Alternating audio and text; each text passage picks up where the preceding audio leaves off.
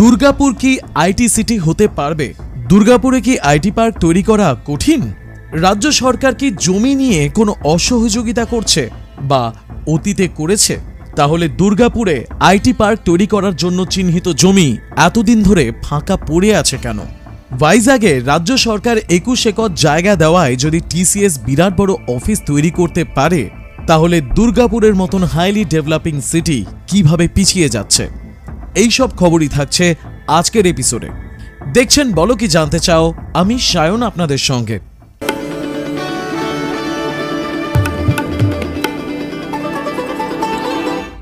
দুর্গাপুরে 25 একর জায়গা IT park তৈরি হবে বলে কথা হয়েছিল, কিন্তু সেই জায়গা ফাঁকা পড়ে রয়েছে আজ বহু বছর হয়ে গেল।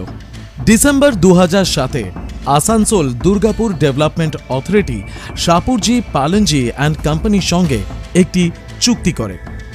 উদ্দেশ্য ছিল দুর্গাপুরে 25 একর জমির ওপর একটি আইটি পার্ক গড়ে তোলা।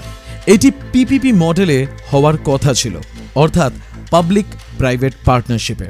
2008 সালে আসানসোল দুর্গাপুর ডেভেলপমেন্ট অথরিটি ওই 25 একর জমি 99 বছরের লিজে দেয় Bengal Shapoorji infrastructure development private লিমিটেডকে। ওই জমি দেওয়া হয়েছিল খুবই ভর্তুকি মূল্যে, প্রতি কাঠা মাত্র 50,000 টাকায়, যেখানে বাজার দর ছিল প্রায় 1.5 লক্ষ প্রতি কাঠা। প্রকল্পের পরিকল্পনা ছিল এই পার্কটিকে পশ্চিমবঙ্গের অন্যতম বড় আইটি স্পেশাল ইকোনমিক জোন হিসেবে গড়ে তোলা। প্রায় 18 লক্ষ বর্গফুট অর্থাৎ 1.8 মিলিয়ন স্কোয়ার ফিট জায়গায় অফিস গড়ার পরিকল্পনা করা হয়েছিল। অর্থাৎ দুর্গাপুর আইটি পার্কের পরিকল্পনা হয় 2007 সালের শেষের দিকে, আর জমি বরাদ্দ করা হয় 2008 সালে। এবার প্রশ্ন যদি ওঠে, তাহলে দুর্গাপুরে আইটি পার্ক কেন সফল হয়নি সেই সময়ে? কারণ সরকার বদল হয়েছিল 2011 সালে, আর জমি পাওয়া হয়ে গেছিল 2008 সালে। 2008 থেকে 2011-র মধ্যে অনেক কিছু হওয়া সম্ভব ছিল। যদি প্রশ্ন হয় যে দুর্গাপুর আইটি পার্ক কেন সফল হয়নি, তাহলে প্রথম পয়েন্টটা আসে বেসরকারি বিনিয়োগকারীর অনাগ্রহ। শাপুরজি প্রথমে বড় পরিকল্পনা করেছিল, কিন্তু পরবর্তীকালে দেখা যায় তারা জমির আসল উদ্দেশ্যে আইটি সেক্টর ব্যবহার না করে আবাসন প্রকল্পে আগ্রহ দেখাতে শুরু করে। টেলিগ্রাফ এবং অন্যান্য সূত্রে বলা হয়েছে আইটি ব্যবসার বদলে জমি ব্যবহার করে ফ্ল্যাট ও আবাসন প্রকল্পের দিকে ঝুঁকছিল এই সংস্থা। এছাড়া আরও একটা বড় কারণ রাজনৈতিক ও প্রশাসনিক অনিশ্চয়তা।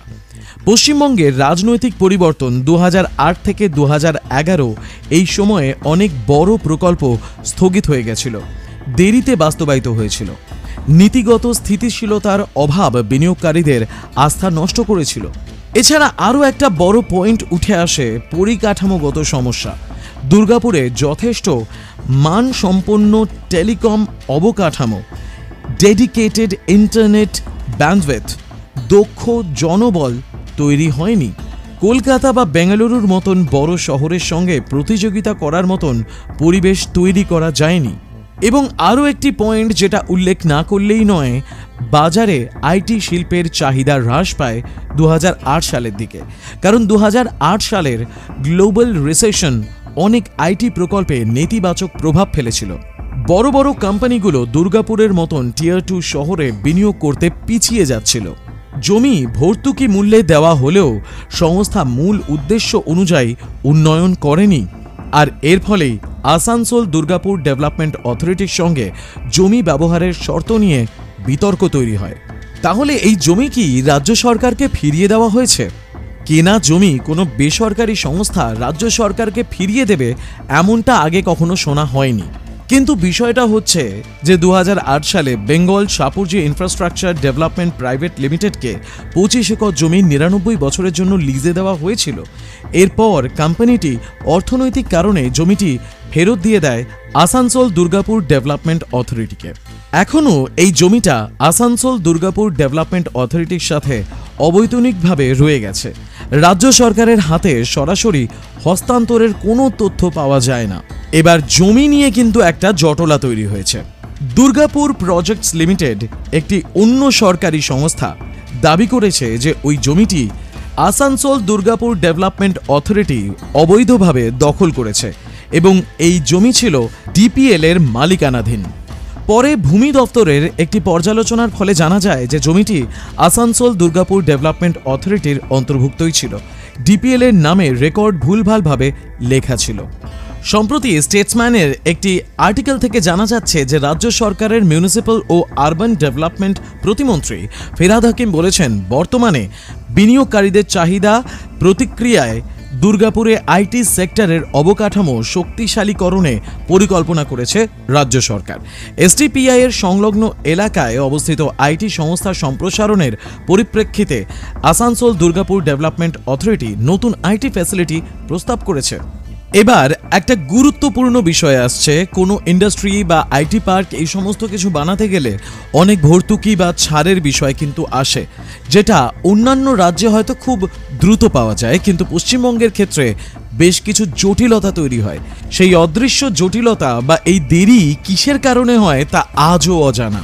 রাজ্য সরকারের তরফ থেকে কিছু ফিজিক্যাল সুবিধা রয়েছে, যেমন 10 একরের নিচে জমির ক্ষেত্রে প্রতি একরে 20 লাখ, 10 থেকে 50 একরে 2 কোটি, প্রতি একরের জন্য অতিরিক্ত 15 লাখ, 50 একরের ওপরে 8 কোটি, প্রতি একরের জন্য অতিরিক্ত 10 লাখ, সিইটিপি সংক্রান্তর জন্য 5 লাখ প্রতি একর, জমি কেনার সময় স্ট্যাম্প ডিউটি ফেরতযোগ্য। এছাড়া নন ফিজিক্যাল সুবিধাগুলো হচ্ছে, পার্কের জন্য এসপিভি যদি জমি দেয় তাহলে বিদ্যুৎ সাবস্টেশন বিনামূল্যে দেওয়া হতে পারে। অ্যাপ্রোচ রোড সর্বোচ্চ 1.5 কিলোমিটার হাইওয়ের সাথে সংযোগ করেই করা হবে সরকারি অর্থায়নে। বর্তমানে ডিপিএল এর জমিতে প্রায় 132.6 একরে শিল্প বা আইটি কার্যক্রমের জন্য জমি অ্যাজ ইজ ওয়্যার ইজ ভিত্তিতে অফার করেছে। একই সাথে এইসব জমিতে state single window clearance system ব্যবহার করে অনুমোদন পাওয়া যায়, যা প্রক্রিয়াকে সহজ করে তোলে। তবে একটা গুরুত্বপূর্ণ বিষয় হচ্ছে, এসএআইপি 2020 স্কিম এখনও কার্যকর রয়েছে এবং এটি সেপ্টেম্বর 2025 পর্যন্ত বৈধ বলে সরকারি তথ্য থেকে জানা যাচ্ছে। তবে অধিকাংশ বিনিয়োগ বা প্রকল্প এখনও ইনসেন্টিভ পায়নি, অর্থাৎ বাস্তবায়নে দেরি হয়েছে।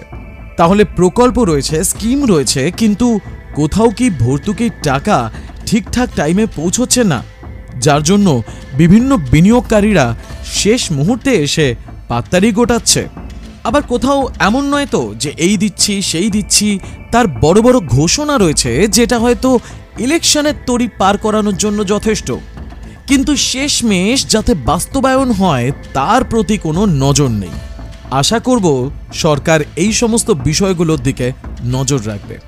স্কিম থাকলেই হবে না, স্কিম যাতে কার্যকর হয় সেই দিকটাতেও নজর রাখতে হবে এবং বিভিন্ন বিনিয়োগকারী অন্যান্য জায়গা ছেড়ে যদি এখানে আসে তাহলে তাদেরকে এই সমস্ত সুযোগ সুবিধাগুলো সবার আগে দিতে হবে, যাতে এই জায়গাটা আকর্ষণীয় হয়ে ওঠে। আমরা প্রশ্ন করবই, এই উত্তরগুলো আপনাদেরই দিতে হবে। বলো কি জানতে চাও এর পর্দায়, সেটা খবর হিসেবে আমরা তুলে ধরব, কিন্তু কাজটা তো রাজ্য সরকারকেই করতে হবে। বললাম না, পলিটিক্যাল পার্টি বা রাজ্য সরকার বা স্টেট গভর্নমেন্ট কিচ্ছু ম্যাটার করে না। বলো কি জানতে চাও এর জন্য ম্যাটার করে শুধু তার স্টেট এবং তার ডেভেলপমেন্ট। আজকের এপিসোড এ পর্যন্তই।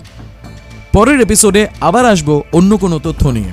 আমাদের এই রকমের আপডেট পেতে থাকতে হলে আমাদের চ্যানেলটি করতে হবে সাবস্ক্রাইব, বেল আইকন প্রেস করে অল বাটনটা টিপতে ভুলবেন না, যাতে ভিডিও আপলোড হলে আপনার কাছে খবর যায়। বলো কি জানতে চাও।